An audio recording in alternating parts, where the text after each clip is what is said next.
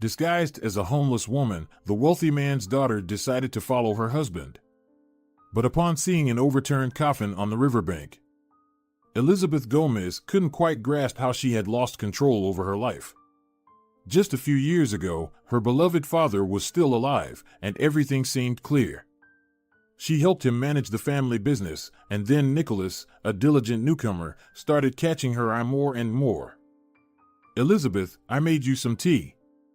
"You're so busy, always running around," said Nicholas, a broad-shouldered, short, dark-haired man, as he began showing her extra care. "Nicholas, listen, I appreciate your attentiveness, but you don't need to worry about me. People in the office are already saying you're pursuing me." At first, Elizabeth tried to brush him off. It was hard to explain what felt off about this man. But somehow, she immediately sensed there was something hidden beneath the surface of Nicholas, maybe even 2 or 3 layers deep. People say the first impression is the most accurate. Apparently, that's true. But how did she end up convincing herself that this young man was worth a closer look? Now, 3 months pregnant with triplets, it certainly wasn't the best time to question things. It was easier to keep her eyes closed and pretend everything was fine. After all, she had chosen to marry him herself, and after becoming pregnant, she handed over control of the company since things hadn't been going smoothly. Still, today, the day Elizabeth decided to follow her husband, these memories surfaced, as if waiting for the moment when she would finally take decisive action and start asking herself some uncomfortable questions.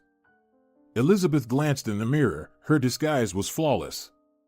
Staring back at her wasn't the well-groomed blonde of medium height with a sleek, neat hairstyle and perfect but subtle makeup. She had transformed into a homeless woman, having deliberately bought second-hand clothes for the occasion, clothes that her husband would never recognize her in.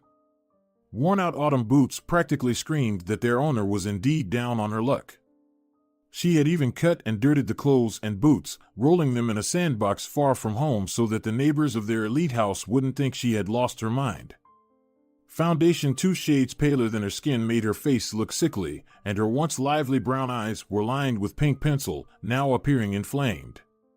She didn't want to damage her hair, so she hid it under a worn-out scarf she had found in a thrift store, which she had burnt in a few places and washed with other colored clothes to make it look even worse. Good thing it's autumn. I can get away with a long coat, a scarf, and boots. Underneath it all, I'll wear my dad's tracksuit, and the homeless look will be complete, Elizabeth thought.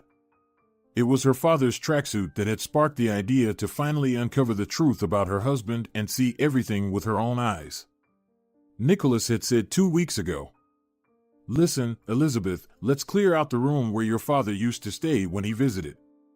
I think it's time to let go of the past. Of course, I loved and respected your dad too, but he's gone now, and we need to move forward." Those words suddenly caused her pain. There was no real need to clear out the room where her father had stayed. Their 4-room apartment had more than enough space for everyone. Elizabeth lived in one room, her husband in another, and they had decided to turn the living room into a nursery. After all, once she gave birth to triplets, they wouldn't be hosting guests for a while, and the kids would have plenty of space to play in the 40-square-meter room. "Nicholas, I'm not ready for that yet." "Maybe someday, but not now," she replied. "Look, I've always known you were a daddy's girl, and I don't mind, but I'd like to hold the most important place in your heart. Please, let's make this room my office. Ryan would have been happy to know that I'm now taking care of you and our family." "It's like he handed me the reins," her husband gently persuaded. "All right, I'll think about it," Elizabeth promised, but for some reason, her heart ached. It felt unpleasant again. In a way, Nicholas was right, everything seemed logical. Despite being intelligent and self-sufficient, it was comforting to feel safe behind her husband's protection. If Nicholas was now taking care of everything, she could focus on giving birth to the babies without worrying about anything. But still, a subtle, troubling feeling echoed deep in her soul like ominous music. Don't trust him," her intuition warned, refusing to be silenced. Nicholas didn't lock himself in the bathroom with his phone or come home late from work. Yet, He seemed overly fond of his business trips, during which he often turned off his phone. Sometimes she couldn't reach him for half a day. When Elizabeth asked about it, pressing him with specific questions, he would joke, telling her she needed to rest more and focus on the babies, that he wouldn't bother her with details about his trips so she wouldn't feel responsible for her father's company anymore. Nicholas laughed, pretending to care about her, but his eyes were distant, hiding something. There was also a faint scent of another woman on him that drove Elizabeth crazy. If she could have found lipstick stains on his shirt or a picture of another woman on his phone, it would have been easier. The threat would have been clear. But now, she was torn. Was it just her mind playing tricks on her due to hormonal changes, or was she right? Elizabeth had almost calmed herself, deciding her husband was right. It was time to turn her father's room into an office for Nicholas. But as she picked up her father's tracksuit, smoothing the soft fabric and inhaling the familiar scent, something clicked. She realized she needed to stop thinking and start knowing for certain. She wasn't sure where this decision had come from or why it felt so fully formed, but Elizabeth waited until her husband casually remarked, "My dear, don't worry. I might turn off my phone again so I don't get distracted and, well, I'll probably be late again." With that, Elizabeth pulled out the homeless disguise she had prepared in advance and decided to follow Nicholas.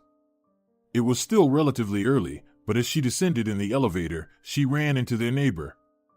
Thankfully, she had thought ahead and brought some old glasses with cracked, cloudy lenses, making her nearly unrecognizable. "What are you doing in our building?" "I haven't seen you before," said Ashley Lloyd, a seasoned housewife and an active member of the local management committee, always keeping a close eye on everything happening around the building. "Great, just my luck. What if she recognizes my voice? I'll have to pretend I have a cough." Ashley is terrified of catching anything, Elizabeth thought, suddenly struck by the idea. Fortunately, she actually had a slight cold, so her voice was naturally a bit raspy. Instead of responding, she erupted into a harsh, unpleasant coughing fit. The tactic worked. Ashley shrieked, "They come here and spread diseases to decent people." She frantically pressed the button for the nearest floor and darted out of the elevator. "Now she'll probably ask the cleaning lady to disinfect the whole elevator and the lobby," Elizabeth mused.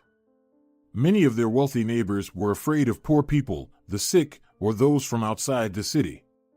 Elizabeth had managed to embody all of Ashley's worst fears at once. But Elizabeth's own mother had grown up in an orphanage and shared many life lessons with her before she passed away. Elizabeth had learned that the real dangers in people weren't a lack of money, health, or proper registration. Far more frightening were cruelty, hypocrisy, envy, and indifference. When her parents first met, her father wasn't wealthy at all. His success came later, inspired by the love of his wife and daughter. His own mother had disapproved of his choice, even selling her apartment out of spite so that nothing would be left for him and his poor wife after her death. Elizabeth's grandmother never met her, and with the money she made from selling her apartment, she bought a place for Elizabeth's uncle, who had always been jealous of her father. Because he married her mother, Elizabeth's father lost his family and any inheritance, and had to start from scratch. "Dad, did you ever regret ruining your relationship with your mother and brother because of me and Mom?" Elizabeth had asked him when she was old enough to understand. "Oh no, Elizabeth, never. Besides, I didn't ruin the relationship. They were just too proud of their city apartment, thinking it gave them the right to look down on others, as if it made them better. But that's not true. We're not snails carrying our homes on our backs. Today you live one way, tomorrow another. No one should ever think they're safe from illness or misfortune." Her father later shared that about 10 years after they lost contact, his brother had succumbed to alcoholism and died in a car accident. His wife, who had once acted like a perfect daughter-in-law, promptly claimed her rights and kicked their mother out of the apartment. It was then that she had no choice but to turn to her estranged eldest son for help. Her father held no grudges. He bought his mother a new place to live and supported her financially every month. Yet, out of stubbornness, she refused to see Elizabeth or her mother. She continued to advise her son, in her bitter way, to come to his senses and find a worthy woman from a proper family. In the end, she died consumed by hatred, never understanding the lessons life had offered her. Even the betrayal by her perfect daughter-in-law didn't teach her anything. Elizabeth knew where her grandmother was buried and even tended to the grave. Still, it saddened her that she never got to see her grandmother's face in real life, only on the granite headstone. Oddly enough, they resembled each other physically, though Elizabeth's character and temperament were completely different. Everyone has their own fate, after all. In her childhood, her grandmother had been starved by her stepfather, who cruelly called her a cuckoo's child. That must have twisted her spirit, and so she, in turn, felt the need to control and belittle others in order to feel strong. There was no changing that. Elizabeth was grateful that her father never resented his mother and supported her until the end. The neighbor she ran into earlier had brought back the memory of that painful story. When Elizabeth turned 18, another heartbreaking truth came to light. Her mother had been battling cancer for 6 years, but had never said a word. "Sweetheart, I made it. I lived to see you become an adult. I was strong for you and fought as hard as I could, but now I have no strength left. The doctors say I have about 2 months. I'm sorry for letting you down." Her mother gave her a silver heart-shaped pendant as a birthday gift, the only thing that had been passed down from her maternal grandmother, who had died during childbirth. "Believe me, the women in our family have already endured all possible misfortunes. That means you and your children will be fine." Elizabeth had broken down in tears and even gotten angry with her mother. She was outraged that her mother had kept up a cheerful facade, listening to her stories, laughing, cooking, going shopping with her to pick out outfits, never once complaining. If only her mother had told her she was fighting for her life, Elizabeth would never have argued with her about trivial things and would have cherished every moment. Elizabeth had told her mother, "Why didn't you tell me? I would have valued every second with you more." Her mother, with a gentle smile, had replied, "Listen, you're still young.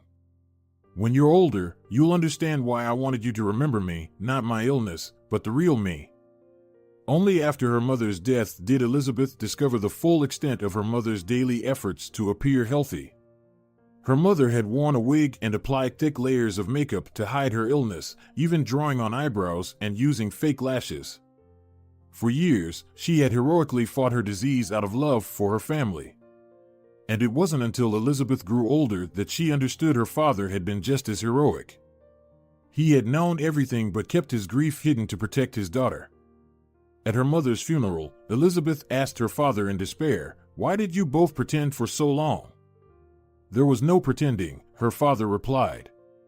"We just chose to focus on love, so that's what you would remember." Elizabeth understood that her parents had made the right decision, preserving her childhood innocence. But it still hurt. Her father had time to prepare for the loss of her mother, while she had not. She had said as much to him that day. "You were a child. You wouldn't have been able to bear such a burden. Now, it's time for you to grow up," her father had sighed. And she believed him because she loved him. When her own children were born, Elizabeth knew she would love them and do everything for them, just as her parents had done for her. That model of a loving family was the true inheritance they left her, far more valuable than the business her father had entrusted to her. "Even if Nicholas is cheating on me, I won't be alone. I have my 3 babies, they're my greatest joy. For their sake, I will get through this," Elizabeth thought as she continued to trail her husband, who she had easily found thanks to a tracking app she had installed on his phone. She had been following him for half an hour now, weaving through a maze of apartment blocks. Fortunately, Nicholas favored bright colors. His red hat and scarf stood out starkly against the gray crowd.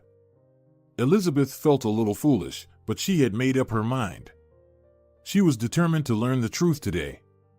There was no point in waiting until her belly grew too large for her to even walk comfortably. For the first time, Elizabeth felt how chilly the autumn air really was, despite it being the tail end of an Indian summer. Yes, the sun peeked through now and then, casting a warm glow on the falling yellow leaves, but the weather was still damp and raw. The wind, though light, cut straight to her bones. The sun provided no warmth, hanging in the sky like a yellow ball, giving the illusion that all was well. The day's weather mirrored Nicholas perfectly. You trust the sunshine, dress lightly, and then find yourself shivering from the cold. Why was he wandering around for so long? Elizabeth hadn't expected such a long walk, otherwise she would have dressed more warmly. She had never worn leaky boots before and didn't realize how quickly the cold would seep in without proper footwear. She was freezing.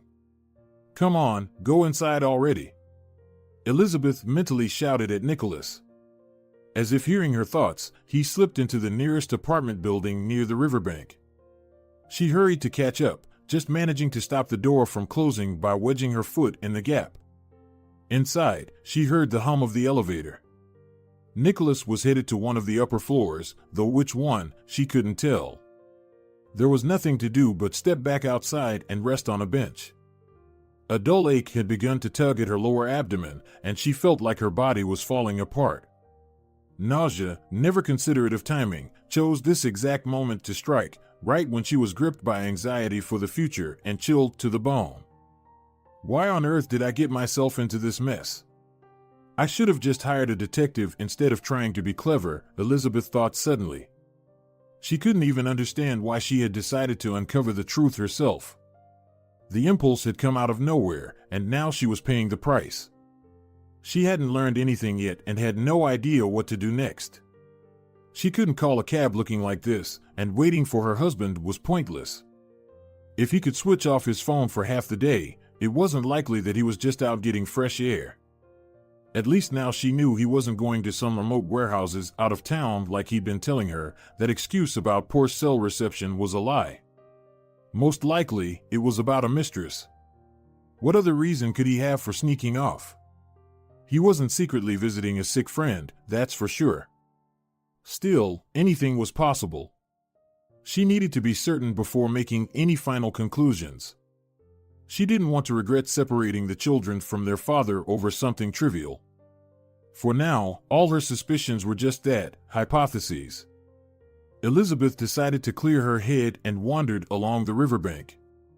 This part of the development was rather shabby, and the promenade was coming to an end. The smooth granite paving stones were disappearing, replaced by piles of construction materials scattered around the half-finished buildings. Yet, she kept walking along the water, intending to find a simple shop where she could buy some more appropriate clothes and take a cab home. Surely, no one would refuse to sell something to a paying customer, even if they looked like a vagrant. She had already spotted a small shopping area in the distance when she suddenly froze. At first, Elizabeth didn't understand what the strange, long black object lying in front of her was. From far away, it looked like a boat, but now, up close, it was unmistakably a coffin, one that had somehow been flipped upside down. Oh great, just what I needed. If this is some kind of sign, I definitely don't want it, Elizabeth thought, shaken. A wave of terror swept over her. What kind of surreal nightmare was this? How had a coffin ended up on the shore of a new construction area? And where was the lid? Horrifying images from crime reports flashed through her mind. Was this a setup for some poor soul who was about to be murdered? Or worse, had it already happened? She had heard that bodies could be transported in coffins to avoid suspicion. Or maybe a cemetery somewhere had been flooded, and this was the grim result, a coffin washed ashore. BRR. It was terrifying. Why had she ever gotten herself into this situation? Now, on top of the cold, the nausea, and her family troubles, she had stumbled into a scene straight out of a horror film. Elizabeth felt herself on the verge of fainting. Yes, this is exactly what I needed, she thought sarcastically, to collapse here, in this desolate place, dressed like a homeless person with no ID, and die. To lose the babies right here. When they find me, they'll identify me by my phone. The media will run stories for weeks about how a pregnant businesswoman lost her mind, turned into a vagrant, and died next to a coffin. That'll make for a great photo. Wow, I really know how to create problems for myself. More than anything, Elizabeth wanted to run away, but she forced herself to approach the terrifying object. All the while, she kept telling herself, "Why are you doing this? Just run. If there's a body in there, let someone else find it, someone who isn't pregnant and freezing. Please, let's just get out of here." But her body wasn't listening. She was hypnotized, continuing to inch closer to the overturned coffin. A stick was lying nearby, and Elizabeth picked it up, attempting to nudge the coffin despite her fear. The moment she shifted it, a low groan emerged from inside. Elizabeth collapsed onto the sand, unable to comprehend what was happening. She whispered to herself, "Okay, I'll just flip it over so I can tell the police what's inside when I call. Maybe someone can still be helped." The coffin, as luck would have it, was no cheap piece. It seemed to be made of oak, heavy and solid. But Elizabeth had nothing to lose now. She was already filthy from the sand after dropping to the ground in shock. She wasn't exactly presentable before, and now it didn't matter at all. So, she kept trying to turn it over, though the coffin kept slipping from her grip. She deeply regretted not wearing gloves, realizing how foolish it had been to think this would be just a simple walk. After what felt like an eternity but was probably only 10 minutes, she finally managed to flip the coffin. And there, staring back at her with wild, frightened eyes, was a small girl. The child's hair was matted and uncombed, as if no one had cared for it in a long time.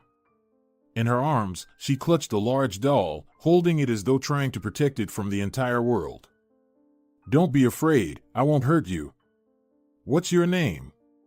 Elizabeth asked softly, her heart breaking at the sight of the abandoned child. Could she be a runaway from an orphanage? Elizabeth wondered. "My mom told me that used to happen sometimes. Or maybe she lives nearby, in a troubled family where she was mistreated. Or could she be one of the child beggars I've heard about? But how did this coffin end up here, and why was she hiding underneath it?" These questions raced through Elizabeth's mind, and she hoped the little girl could give her some answers, something that would help. But instead, the child simply lifted a dirty finger to her lips and mumbled something unintelligible. "You can't speak?" Elizabeth guessed. The girl nodded, then looked deeply into Elizabeth's eyes. She picked up a small stick and drew 3 wavy lines in the sand, pointing afterward toward the river. "Is that a river?" Elizabeth guessed. The little girl nodded, clearly pleased that she was being understood. Then, she drew an object floating on the waves and pointed to the coffin. "Did you arrive here in this coffin?" Elizabeth asked, shocked at the absurdity of the idea. The girl shook her head no and then added a figure inside the coffin, a simple stick figure with a triangular body and a circle for the head, complete with hair. Then she crossed it out. "Ah, so the coffin just floated here, and then you found it?" Elizabeth asked. The child nodded again and sighed as if to say, "Finally, this lady gets it." "Were you hiding from someone here?" Elizabeth wanted to take the girl away as quickly as possible, but she needed some information first. Besides, she had to establish a connection so the girl wouldn't be frightened. The girl just wrote a simple yes in the sand this time, too tired to keep nodding. Next to it, she added, "Stepfather, scared. Mom died, Joyce ran away." "Is your name Joyce? You ran away from your stepfather because your mom died, and you're afraid of him?" Elizabeth asked. The girl nodded 3 times in response. "Okay, I'm going to call the police. You can't stay on the streets, it's too dangerous. They'll examine you, and if he hurt you, you'll never have to see him again." Elizabeth tried to reassure her. But suddenly, the girl jumped up and tried to run. After a few steps, she tripped over a small rock and fell, hitting the sand with her fists in frustration. When she lifted her face, Elizabeth saw it was drenched in tears. "You don't want me to call the police? Please, calm down. I'll do whatever you ask. Just don't run away again, Joyce. Deal?" Elizabeth gently stroked her soft curls. The girl wrote again in the sand, "Stepfather killed Mom. He'll kill me too." "No, that won't happen," Elizabeth said firmly. "Here's what we'll do. I'll take you to a warm apartment, and I promise I'll protect you. Okay?" She lifted the girl into her arms. The girl didn't nod this time, but she also didn't resist. So, Elizabeth decided to take her home for now. With difficulty, she made her way to the road and tried to flag down a car. The drivers didn't stop, casting disdainful looks at the woman who looked like a beggar holding a child. No one wanted trouble, assuming that these two wouldn't be able to pay. Suddenly, Elizabeth remembered Gerald. He had come looking for a job just after her father had passed away. At the time, she was still managing the company. She had been standing outside waiting for a car when she saw security guards pushing out a tall, disheveled blonde man who looked exhausted and horribly dressed. "What's going on?" Elizabeth asked the staff. "Sorry, we thought you had already left," the head of security muttered, looking down. "What did this man do?" She immediately noticed the look of desperation in the young man's brown eyes and the scar on his forehead. He was still trying to resist, though his energy seemed drained. "I didn't do anything. I just asked for a job," the man, clearly homeless, said indignantly. "But they keep telling me, buy a license, get some decent clothes, provide recommendations, then we'll see. How am I supposed to get all that if I don't even have a place to live? It's a vicious circle. What am I supposed to do, die on the street so I don't bother anyone? I just want to work honestly." "See? He's crazy," the security guard scoffed. "He doesn't get that no one owes him anything. Hey, buddy, nothing personal, but this isn't a charity. Don't bring down the mood for decent folks." The guard loosened his grip but kept pushing the man off the premises. "Wait a minute," Elizabeth interjected. "Didn't Dennis just leave the night watchman position? No license required there."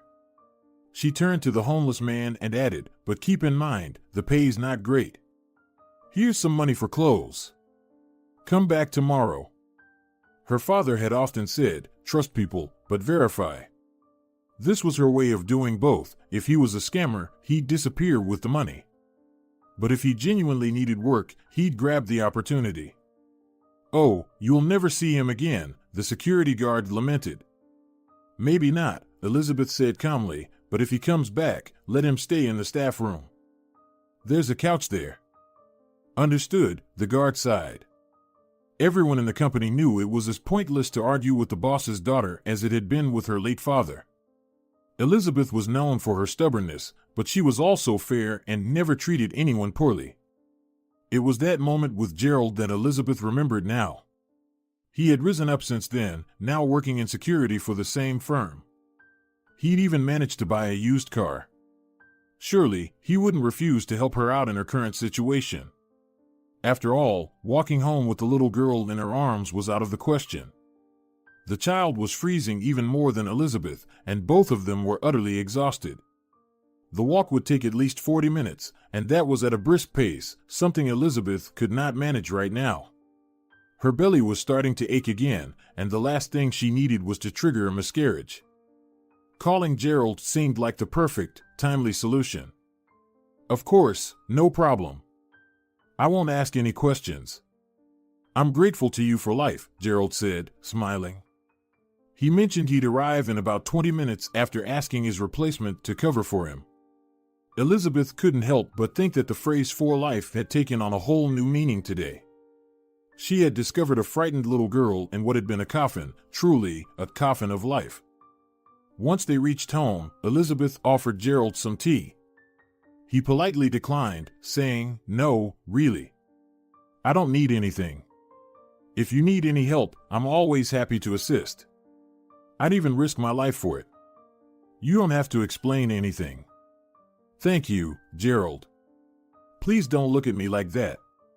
I'm not in any trouble, it's just a strange situation that I can't explain right now. I promised Joyce," she said, nodding at the little girl. Gerald tried not to show just how surprised he was. How had the owner of the company ended up in such an odd situation with this child? As far as he knew, she didn't have any kids yet. But that was none of his business. He felt grateful to have been able to return her kindness in some way. If it weren't for her, he might have died in a puddle under a fence or in a dumpster. So, It felt good to be needed for once. If your husband doesn't welcome the girl, you are welcome to stay at my place. I rent an apartment, he blurted out, then immediately blushed. How could he have thought that Elizabeth would leave her spacious home to stay in his hovel? If he had fallen for her back then, it was clear he had no chance. What a foolish thing to say. Gerald reddened and apologized. Well, anything can happen in life. We'll keep that in mind, she said, not angry in the least. Elizabeth was indeed a strange woman. Typically, people in her position didn't show compassion for anyone. But she was different.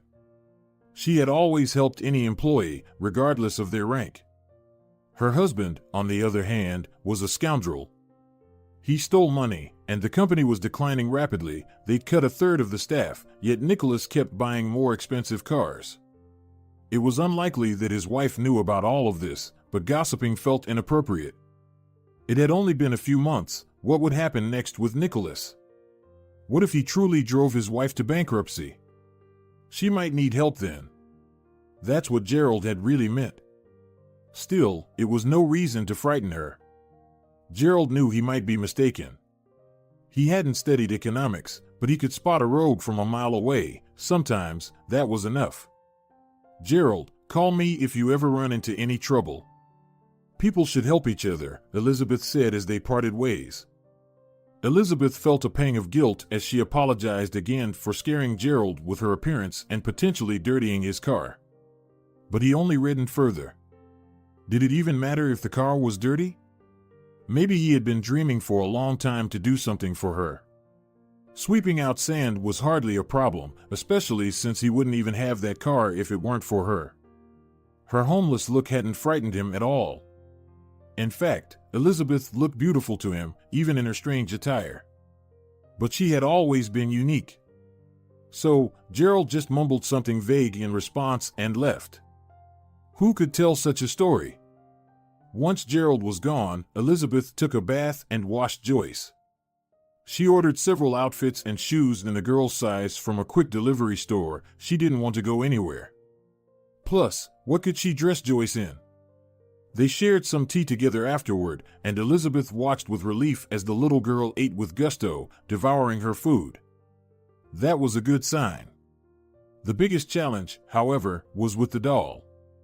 Joyce refused to part with it for anything, but Elizabeth eventually managed to convince her that the doll needed a bath too. It would feel better that way. While the doll dried, Elizabeth gave Joyce a piece of paper and asked a few more questions. She discovered that Joyce's mother had owned a clothing business, but now her stepfather was planning to take control of it.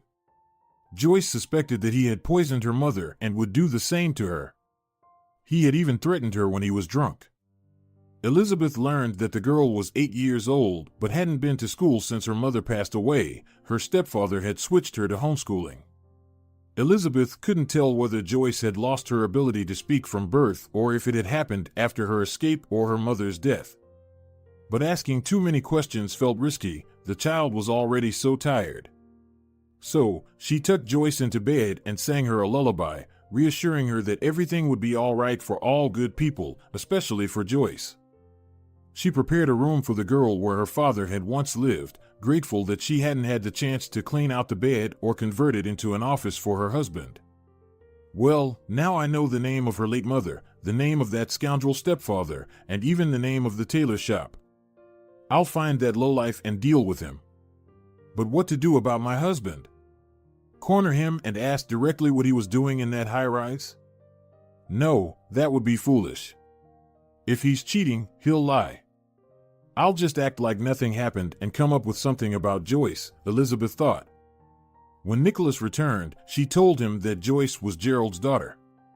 Her mother was in the hospital, and Gerald had asked her to take Joyce in for a couple of days. I'll fire him. Has he lost all sense? Not only did we hire that bum, but he's also asking for favors. And not from me, but from my wife. Nicholas exclaimed, indignantly. No, please don't fire him. I sometimes call all the employees to check in on them. So, I just brought him in for a candid chat. Gerald has nothing to do with it, Elizabeth replied. She had already arranged with Gerald to confirm that Joyce was indeed his daughter. "What do you mean you're calling employees? Are you checking up on me behind my back? You don't trust me?" Nicholas clearly looked frightened, but he tried to act as if he was merely outraged by his wife's suspicions. Suddenly, Elizabeth realized, it seems he's hiding something at work too. It turned out that her hypothesis about an affair wasn't the only problem that might come crashing down on her. "What does checking have to do with anything? If I didn't trust you, I would hire a detective to find out why you disappear for entire days and turn off your phone," Elizabeth replied, forcing a smile. In truth, there wasn't really anything to hire a detective for. Nicholas had become bolder and was giving her less and less for household expenses. She said this to test Nicholas's reaction. He grew even more frightened, starting to stammer and paling. "Listen, I don't want someone else's kids. We'll have our own, and I'll love them. So Gerald can figure things out with his daughter and her mother. You know, it's unpleasant to say, but this is still my apartment. So Joyce is going to live here for now. If Gerald were to move in, I could understand your outrage. But how is a child in my apartment bothering you when you're hardly ever home late and you've stopped noticing me?" Elizabeth was surprised at herself for suddenly scolding her husband. She had never caused a scene before, but the tension from the events of the day had built up so much that she felt she would explode from within if she didn't vent her emotions. "Elizabeth, what's gotten into you? I've never seen you like this. You're acting like a street vendor." "Well, fine, let this Joyce stay for now. But you should see a doctor. Maybe they'll prescribe you something to calm down." Nicholas became sarcastic and cruel as soon as she showed him who was the boss in the house. It was a very bad sign. But she didn't have the strength to think about everything at once. First, she needed to deal with Joyce's stepfather. A couple of days passed, and Joyce adapted to the apartment. She liked the room that had belonged to Elizabeth's late father. They went shopping and bought toys, so now the girl was serving them tea from the child's tea set they had bought. She also tried to help around the house, getting up in the morning and waiting until Nicholas left for work to make sandwiches for Elizabeth. It was clear that Elizabeth's husband didn't sit well with her. If she was so afraid of her stepfather, it was understandable that other men might frighten her too. In the meantime, Elizabeth looked into this man and learned that Charles had indeed put his late wife's tailor shop up for auction. It had actually belonged to Joyce's mother. Interestingly, he hadn't reported the girl missing to the police and seemed completely unconcerned about it. So, it could be confidently said that he was a despicable person. However, Elizabeth still had no evidence that he had poisoned his wife or that he intended to harm his stepdaughter. She didn't know how to handle the situation, so she decided to purchase the tailor shop that was up for sale as a pretext to meet Charles and learn more about him, which would help her figure out how to proceed. "Nicholas, I was thinking that I should start some small women's business. I've found a tailor shop that I'd like to buy," she said to her husband. Joyce was thrilled by this and even drew a picture of her mother, a dress on hangers, and a heart beside it. She wrote that her mother loved her tailor shop very much and would be happy if it went to Elizabeth. "Are you out of your mind? Spending money on some toy," he scoffed. "Maybe you should just wait until your hormones settle down?" Elizabeth looked closely at her husband. Why is he so furious? She noticed the veins on his temples pulsing as if they might burst at any moment. It was just a small amount for their income. Did she not have the right to manage her own money? So, she asked Nicholas that directly. "Listen, I didn't want to worry you, but things aren't going that well. We have very little cash flow." As he spoke, Nicholas began to make up stories, claiming that Elizabeth's late father had left the company with almost debts. But she was aware of the situation. She knew the company was doing just fine and even thriving. She pointed out to her husband that he was mistaken and that there was money in the company. Ultimately, with great reluctance, Nicholas scraped together the needed amount, explaining that he had made large purchases in advance, which was why there was no cash available. Elizabeth didn't voice her thoughts, but in reality, there were only two possibilities. Either Nicholas was hopelessly foolish and dragging the company down, or he was intentionally deceiving her. Both scenarios were equally bad, and she would need to deal with it. Thus, while trying to check if her husband was having an affair, she ended up discovering that he was on the verge of bankruptcy. What news? Meanwhile, she couldn't work much because she was going through a complicated pregnancy. What to do? Do what you can, even if it's just little by little. The universe will catch up. It loves heroes and heroines, her father would have said. So, she decided to do everything she could each day and see where it led. The tailor shop was purchased, and if something went wrong, it could serve as a source of income for a while. She resolved to conduct an audit of the main company that week and figure out what her husband was trying to hide. At that moment, Joyce brought over another drawing, this time depicting her stepfather in black marker, with the caption, "Elizabeth needs protection." "You know, little one, you're right. It would be a good idea to hire security," Elizabeth thought of Gerald again. "You have no idea how timely your call is. I just got laid off, they let me go today." It turned out that Nicholas had indeed found a way to fire the former drifter. He sought revenge for the fact that the man hadn't taken Joyce, whom Nicholas considered his daughter. "Well, I just bought a big tailor shop, and I'll need someone to keep watch at night. I won't skimp on your salary," Elizabeth replied happily. Gerald said, "You know, I don't want to gossip, but your husband is acting strangely. He's firing a lot of people, not just me. And he's very irritated by Joyce. He said that because of me, that annoying girl is getting in the way. I thought you should know." Gerald had even prepared a recording on his phone so that Elizabeth wouldn't think he was just angry at his employer because of the firing and was venting. "You did the right thing, I'm glad you said something. And be careful at the shop, the former owner is a dangerous type," Elizabeth warned. She knew she could rely on Gerald. He was no longer the drifter he once was. If it weren't for the scar, he could even be considered handsome, tall, blue-eyed, and very dependable and kind. Why did I ever follow Nicholas's lead, she wondered. At first, she thought she was simply choosing a loving and deeply devoted man who she liked a bit. She believed he would be a reliable husband. Her father had blessed their marriage. Yes, perhaps it was because of her dad that she hurried into it. He had been mentioning more frequently that his heart was playing tricks on him and that it was time for him to join his wife, but he wanted to see his grandchildren first. Elizabeth felt she could handle everything else. She was smart, strong, kind, and talented. She had inherited the best qualities from her parents. Yes, that was it. That's when she decided to marry quickly for her father's sake.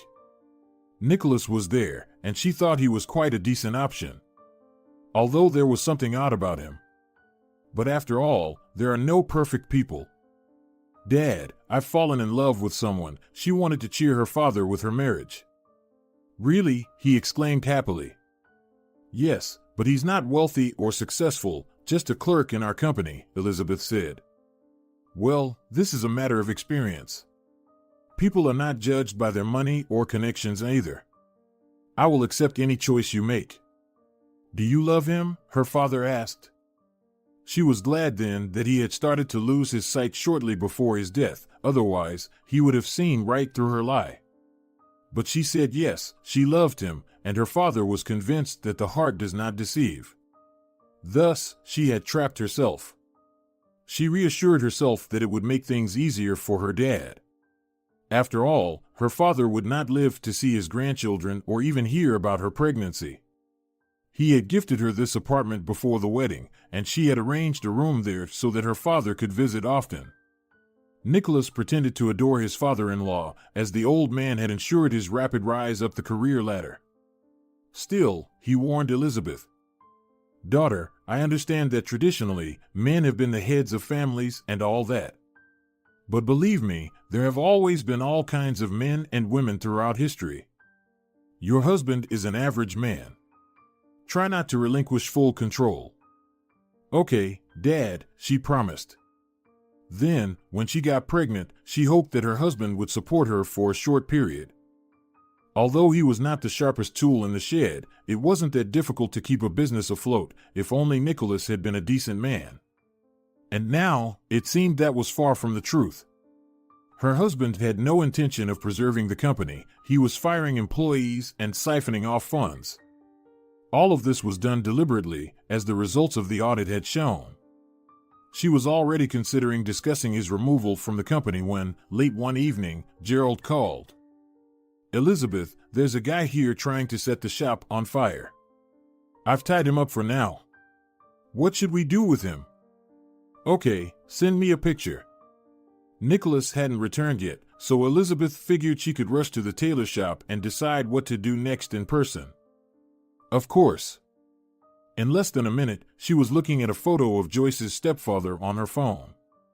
How timely had her little one's warning been? Elizabeth called a taxi and headed to the tailor shop. Her husband's phone was off, so she decided not to notify him. "And why did you do this, handsome?" Elizabeth asked Gerald to play the role of an unstable person who was ready to take out Joyce's stepfather at the behest of a bloodthirsty property owner. "You've picked the wrong people to mess with. Do you know who I am?" Elizabeth stepped into the role of a clan leader or something along those lines. "What? Just take him out and be done with it?" Gerald suggested with a bloodthirsty look. "Perhaps, since he's not saying anything. But it's better to sedate him and bury him alive, let him suffer. I think I have a coffin somewhere in storage, a nice one with soundproofing. You'll take the body to the cemetery in it tomorrow morning, as usual," and Elizabeth recalled her find on the shore, deciding to scare Charles even more. "Wait, I'll tell you everything." The bald, scrawny man with bulging eyes confessed that he had insured the business. If it burned down this year, he would collect money for it again. "Listen, friend, you have two options, a grave or prison. I know you killed Catherine and were planning to do the same with her daughter." "We have long arms," Elizabeth said. An idea struck her. She needed to hasten the confession process, or the scoundrel would wiggle out again. "How did you know I poisoned her?" the man asked, surprised. "That's none of your business. But if you try to lie again, remember, I will find you anywhere," Gerald threatened, rubbing his scar ominously.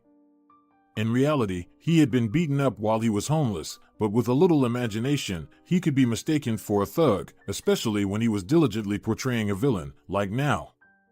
"I understand. Call the police, and I'll tell everything." When the police arrived, Elizabeth filed a report for arson and attempted murder of the guard for illegal profit.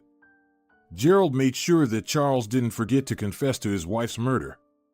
The beast was promptly taken into custody. However, he was so frightened that he really thought they were going to bury him alive that he was actually relieved to end up in jail. Out of all the women, why did I have to sell the shop to this one? She's a total monster. That's what Charles thought at the moment of his arrest, believing he had gotten off easy. "What are you doing hanging out with that Gerald?" her husband asked discontentedly when he returned about 20 minutes before Elizabeth arrived. "Actually, he saved my shop." "And you, as usual, weren't answering your phone," Elizabeth replied. "I don't like him," Nicholas muttered. "And why is that?" Elizabeth asked. Strangely enough, her husband had stopped criticizing the vagabond. She was surprised. What did Gerald know about him that made Nicholas afraid? "Yes, because he's overstepping, and you are my wife," Nicholas said evasively, adding, "Let him take his girl and stay out of my sight." "Or do all women leave him?" "What does that have to do with anything?" Elizabeth asked, surprised. Nicholas clearly knew something about Gerald but didn't want to share. She decided it would be simpler to find out directly. "The next day," she said, "Listen, Gerald, Nicholas told me everything. She left you, didn't she?" In reality, Elizabeth was tired of the silence and decided to corner Gerald with her husband's casual remark. "You should ask your husband," Gerald said, surprised and growing somber. His eyes darkened, but he pretended everything was fine, otherwise, Elizabeth would continue to pry. He didn't want to tell her that Nicholas was seeing the woman he once wanted to marry. He had courted Rebecca, took on side jobs, and the shop assistant seemed to have a soft spot for him. But in the end, Nicholas had stolen her away. He overheard their conversation. "And what about that poor loser? He seems really smitten with you?" Nicholas asked Rebecca. That was when Gerald remembered him. The response from his beloved struck him to the heart. "Yeah, is he even a fiancé?" "Just a fool. Sometimes I get bored, so I don't push him away." It was a complicated and unpleasant topic, which is why he hadn't wanted to talk about it yet. No man would enjoy recounting such a story in detail. Let Elizabeth's husband figure it out for himself. And who was he? Nobody, as always. That's how life had played out. He would never have a wife like that. For some reason, Elizabeth ended up with a cheater and a fraud. Meanwhile, things at the atelier were going well.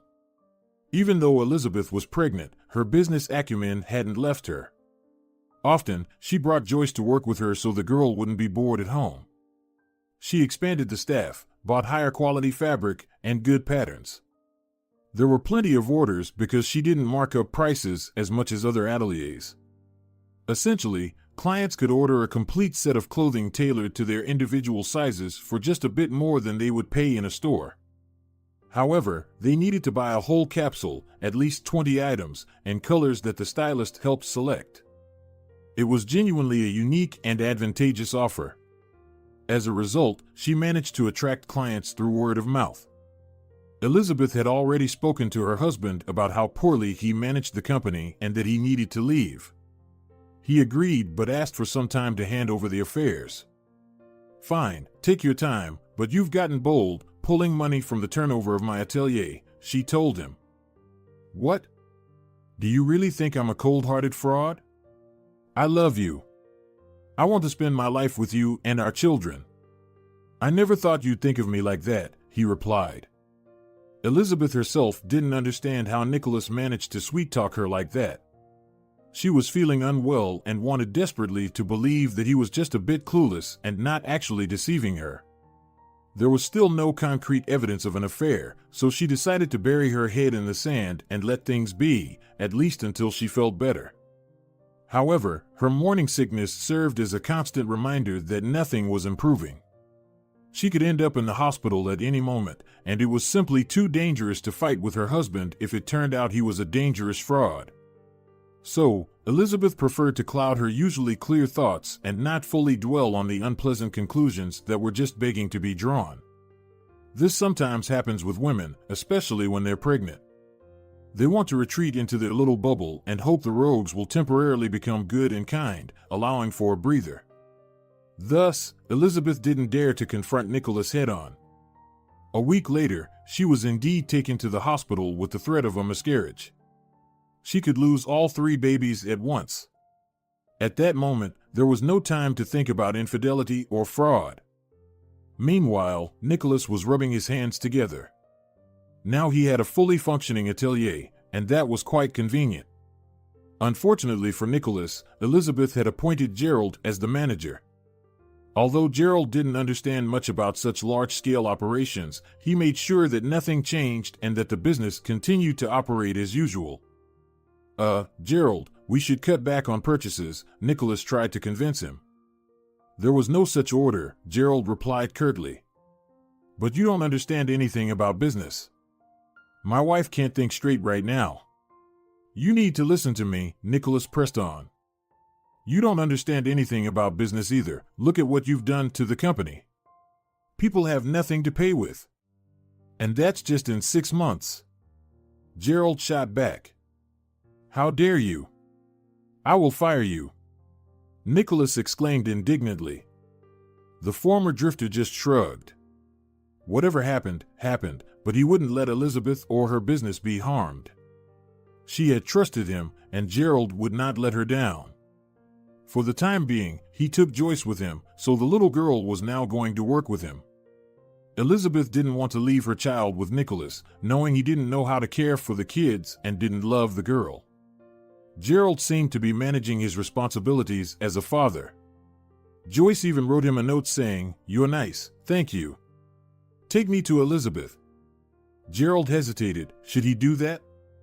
He tried to refuse, but the girl wrote many notes asking, "Did she die like Mommy?" followed by a question mark. She even had a meltdown, something Joyce had never done before. She was an exceptionally calm child.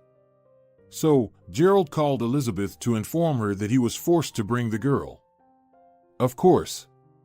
"If she's that worried, just come over," Elizabeth said in a weak voice. So, Gerald didn't bring up the conflict with her husband just yet.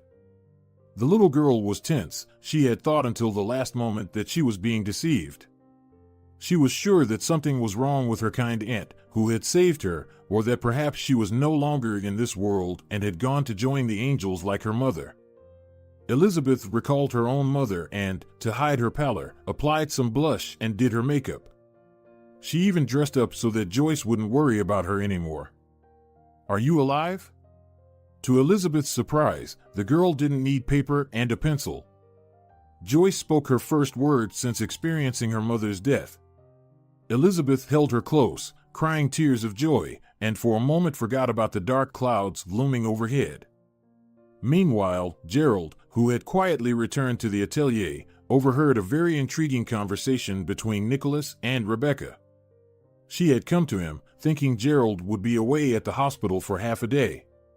The couple didn't expect him to simply leave the girl with Elizabeth for a while and return to work himself. "So, let's hurry and take the money from the atelier too. Then we can live in Greece for a few years. I love the sea," Rebecca exclaimed. "You know, sweetheart, it's not that simple. My wife is suspicious and will be removing me from management. Plus, the atelier is protected by her loyal dog, your ex," Nicholas replied. "That drifter? He's completely useless. Just bribe him, grease his palm. You're an experienced con man, you've told me that yourself. This isn't your first wealthy wife." Rebecca laughed. "The problem is that he's incorruptible. A real idiot. I don't know what to do with him," Nicholas sighed. "Listen, if he didn't want a bribe, he would have turned you into your wife long ago," Rebecca said. "Yeah, I didn't think about that. Maybe he just wants more money than I offered?" Nicholas pondered. "Of course. All people in this world are the same. They want freebies and as much as possible. This one just wants to put on a noble face while playing a bad hand," the red-haired woman with an impressive bust instructed her lover. Gerald quietly slipped away so as not to be noticed. And it was a mistake. If he had stayed just a little longer, he would have learned that if he refused the bribe, a gang of tough guys would put him in the hospital for a long time. Meanwhile, Nicholas would sort out his affairs. So, Gerald foolishly refused a large bribe and didn't keep an eye on his surroundings. That very evening, some punks kicked him in the kidneys and liver so badly that he ended up in the clinic for a long time. "You're lucky you don't have a concussion," the doctor said. "Well, there's nothing to shake around in my head." Gerald spat out another tooth and bitterly thought that he had wasted too much time not telling Elizabeth everything he knew about her husband. Now she was in danger. Her husband would strip her bare, and Gerald wouldn't be able to help. To make matters worse, he was illegally fired from the atelier, and he couldn't call Elizabeth. Nicholas was now kindly answering his wife's calls himself. "Has Gerald shown up?" Elizabeth asked her husband more than once. "Not yet. I'd tell you if he did. What can you expect? All drifters are the same. No matter how much you feed them or try to tame them, they'll run away eventually." This one lasted a long time, Nicholas sighed with feigned sympathy. "Elizabeth, something happened to Gerald." "I don't trust that guy," the girl said when Elizabeth's husband left the room. "I don't trust him either," Elizabeth sighed. Only a few days later did she discharge herself from the hospital and learn that Gerald had disappeared. "He's really nice," Joyce added. "I know," Elizabeth agreed with her. "Shall we go for a walk in the park? It's winter now, we should feed the birds." "Let's go," the girl exclaimed excitedly. They walked through the park, scattering the purchased seeds, when suddenly Joyce ran quickly toward a bench. "Gerald! Gerald!" Elizabeth didn't immediately recognize Gerald in the sad man with a bandaged head and a cast. He was also feeding the birds. "Gerald, what happened? Why did you disappear?" Gerald didn't understand at first where she had come from. First, he saw Joyce's joyful face. The girl threw herself around his neck. Then he saw the woman he felt very guilty towards. This time, he decided to tell her everything. To make sure Joyce wouldn't overhear anything, they went into a cafe with a separate play area for children. The kids were screaming so loudly that Joyce wouldn't be able to hear anything no matter how hard she tried. Joyce happily joined in the games. "Please forgive me, Elizabeth. I'm just a mindless fool. That gang should have killed me, the idiot." Gerald began his story. This time, he methodically laid out everything he knew. Nicholas is a marriage con artist, and he has a mistress. He's already drained money from the first business, and that's why he's afraid you'll dismiss him. There's probably nothing left in the atelier now. And it's all because of me. I let you down. You know, for some reason, only the people who truly love me ever say that they've let me down. Elizabeth recalled her mother's words and sadly thought that those who truly betray others never think to admit it or feel remorse. "You're not mad at me?" Gerald was surprised. "I need to be angry at myself," Elizabeth replied thoughtfully. She couldn't imagine how bad and despicable everything really was. Yet, there were lingering worries in her mind. She had known something was off. But she had been hiding from her thoughts. After this conversation, it felt both painful and relieving at the same time. As if she had undergone a quick operation and had the abscess removed, which would no longer burst inside her body and spoil the rest of her life. She took her phone and called her father's best friend, his trusted lawyer, without delay. "Benjamin Morton? Hello, this is Elizabeth. I'm in a difficult situation, and I don't know what to do." "Perfect. This is exactly the kind of case I specialize in," the old family friend replied cheerfully. He was already waiting for her in his office that same day, although he had to postpone several scheduled meetings with very important people. During the divorce, the audacious Nicholas showed no mercy to his pregnant wife, whom he had deceived, trying to claim half of the assets. But Benjamin merely laughed and said, "Young man, believe me, you are one of the most inexperienced con artists. I'm going to make short work of you. You really should consider doing something else. You don't know how to pull off a proper scam." "We'll see about that, old man," Nicholas retorted angrily, realizing that his prize was slipping away. It turned out that Elizabeth's late father's company was organized in such a way that the funds Nicholas considered a fortune were merely a small cash reserve accumulated over 6 months of work. The business was structured so that every 6 months, only a certain amount could be spent or withdrawn, and then the next amount could be accessed in the following 6 months. In his time, Elizabeth's father had entrusted his friend and lawyer to set things up this way. Nicholas was frustrated to realize that he had stolen only pennies when he could have taken much more. Furthermore, he was now homeless and had to give the lawyer a promissory note to return the stolen funds. If he hadn't done that, he would have been sent to prison for fraud. He had no doubt that the elderly lawyer would keep his word. "Yeah, you're just a loser. And even worse than Gerald. And I was foolish enough to bet on you." Rebecca had returned to work at a liquor store, hoping to find a more fortunate fate with her looks. Elizabeth, on the other hand, asked her father's lawyer to manage the firm while she was pregnant. She requested that he stay for at least 3 years, as the babies would need all her attention in the early days. "Well, I'll do my best. But I'll need a reliable person. I've wanted to ask about your friend for a while. You know, he looks just like me when I was younger." Benjamin even showed her a photograph of himself. Indeed, Gerald resembled him like 2 peas in a pod, except that he was a bit taller. "Well, actually, he's not my fiancé," Elizabeth said, blushing. "I've lived a long time, so I can see where this is headed. He seems like a dependable guy." "So, how do you know him?" Elizabeth recounted everything she remembered. Gerald had been in an orphanage since his teenage years after his mother passed away. Later, he was given housing by the government but was cheated by con artists. Ever since then, he had been struggling until Elizabeth hired him. "Well, I would like to work with Gerald if you don't mind," the lawyer said thoughtfully. He didn't tell Elizabeth that 28 years ago, his mistress became pregnant and was very upset when he refused to marry her. Although Benjamin offered to support her and adopt the child, she disappeared that same day. She left, and he could never find her again, no matter how hard he tried. It was hard to believe that his son had survived, but Diana Howard indeed passed away around the time Gerald was a teenager. He knew that for certain because he had been keeping track of her fate. Gerald had been adopted for a year, and so he decided not to interfere in his life. After all, he couldn't know that those people returned Gerald to the orphanage because he seemed sullen, uncommunicative, and generally sad. Only when he got to know Gerald better and realized that this was indeed his son did he tell Elizabeth and Gerald about it. He admitted that he had no other children. Clearly, fate had punished him. "I wasn't even married back then. I loved your mother. What a foolish scoundrel I was."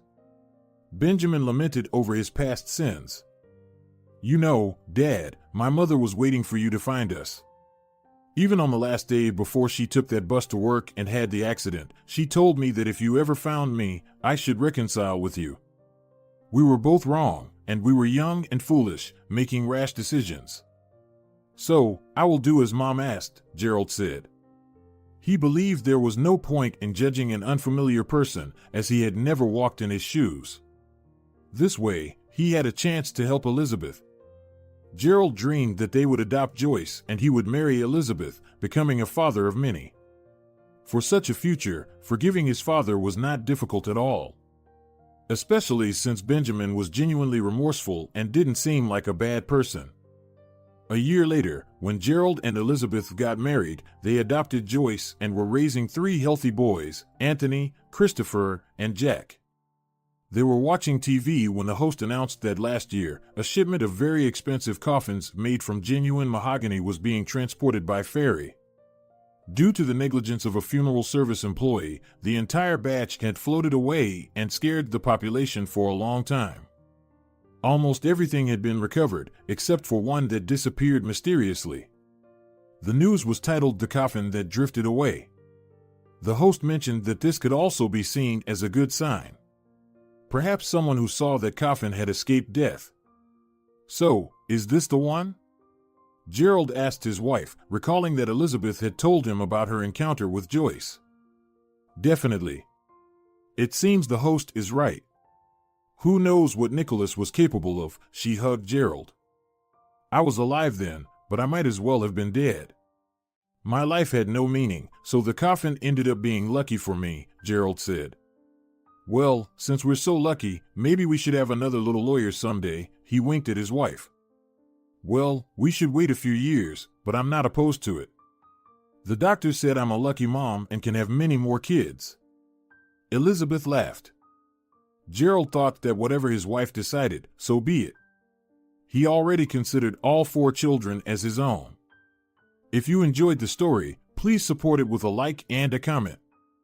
All the best.